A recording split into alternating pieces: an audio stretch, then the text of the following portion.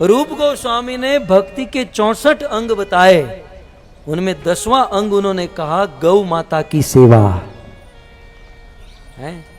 और वहां पर श्रीपाद जीव गोस्वामी ने लिखा है, श्रीपाद जीव गोस्वामी वहां पर लिखते हैं कि नवदा भक्ति तो हम लोग करते हैं, लेकिन नवदा भक्ति के सभी साधनों को यदि सिद्ध करना चाहते हैं, मतलब मैं और सरल करके आपको बताऊं, हरिनाम जप करने वाला वैकुंठ जाएगा, जाएगा नो डाउट। कथा सुनने वाला श्रवण करे, कीर्तन करे, स्मरण वंदन अर्चन पाद सेवनम दासनेम साख्यम आत्म निवेदनम, ये सब करने वाले भगवान के धाम में जाएंगे, ठीक है, इसमें कोई डाउट नहीं है। लेकिन कब जाएंगे? Question mark. जाएंगे जरूर, लेकिन कब? Question mark. तब वहां पर शास्त्र में लिखा गया कि हम हमारे इन साधनों को तुरंत सिद्ध करना चाहते हैं तो गौ माता की सेवा करनी चाहिए। ये श्रवण कीर्तन स्मरण तुरंत सिद्ध हो जाएंगे यदि हम गौ माता की सेवा करेंगे। हम सबका धर्म है गौ माता की सेवा करें। और हमारे इस्कॉन में आज शिल प्रभुपाद जी ने कहा कि हमने आधा काम कर दिया है, आधा काम बाकी है। वो जो आधा काम बाकी है वो है गौ माता की सेवा। हम सबका धर्म है, हम सबका कर्तव्य है। हम लोग क्षत्रियों की तरह, गुरु गोविंद सिंह की तरह एक संग 1.25 लाख लड़ावा ये तो नहीं कर सकते, तो जल में जाकर बैठना होगा, है? लेकिन एटलीस्ट गौ माता की सेवा कर सकते हैं, रिस्पेक्ट कर सकते हैं, गाय माता से बने हुए पंचगव्य का इस्तेमाल कर सकते हैं, और कुछ हद तक हम गौ सेवा गौ रक्षा कर सकते हैं। और हम सब का धर्म है कि हमारे कृष्ण की जो प्रिया है उनसे हम प्रेम करें, क्योंकि मजबूर साहब ने लिखा है कि महबूब की हर चीज महबूब होती है? महबूब की हर चीज महबूब होती है। कृष्ण की प्रिया है गौ माता, तो वह हमारी भी प्रिया है। गाय से हम प्रेम करेंगे तो निश्चित कृष्ण हमसे प्रेम करेंगे। कितना सुनाऊं, कितना सुनाऊं। देवराज इंद्र ने कितना बड़ा अपराध किया था, हैं? कितना बड़ा अपराध, पूरे ब्रजवासियों को मारने का एक कितना बड़ा साहस देवराज इंद्र ने किया। सांवर्तक मेघ को आदेश दिया, आंधी ओले तूफान से ब्रज को मारने का प्रयास। क्या कृष्ण छोड़ते इंद्र को?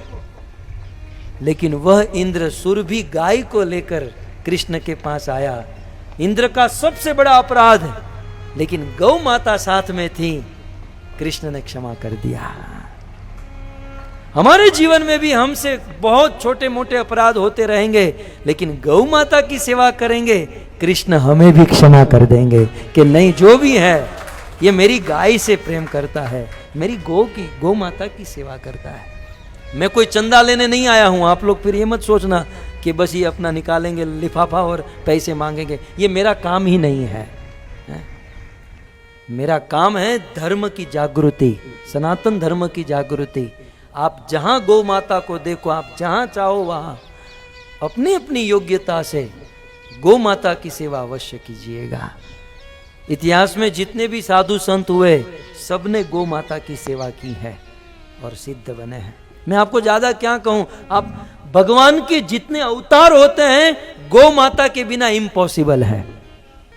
श्रील प्रभुपाद जी ने बहुत कठोर शब्द में लिखा है कि चाहे कितने भी विश्व शांति यज्ञ कर लो, कितने भी समारोह या मीटिंग कर लो, लेकिन जब तक गाय का खून इस धरती पर गिरेगा, विश्व में शांति नहीं आ सकती।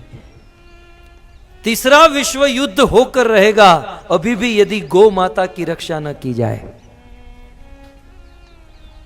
इसलिए विश्व का जो होना है सो हो। हम कृष्ण के भक्त हैं और हमारे कृष्ण गाय से प्रेम करते हैं, और महबूब की हर चीज महबूब होती है, इसलिए गाय भी हमारे लिए प्रिय है। ये हमारी भावना है। हम लोग गाय की सेवा नहीं करते, गाय की सेवा हम करते हैं, लेकिन उससे भी आगे हम गाय से प्रेम करते हैं। प्रेम है हमारा, क्योंकि हमारे कृष्ण का प्रेम है।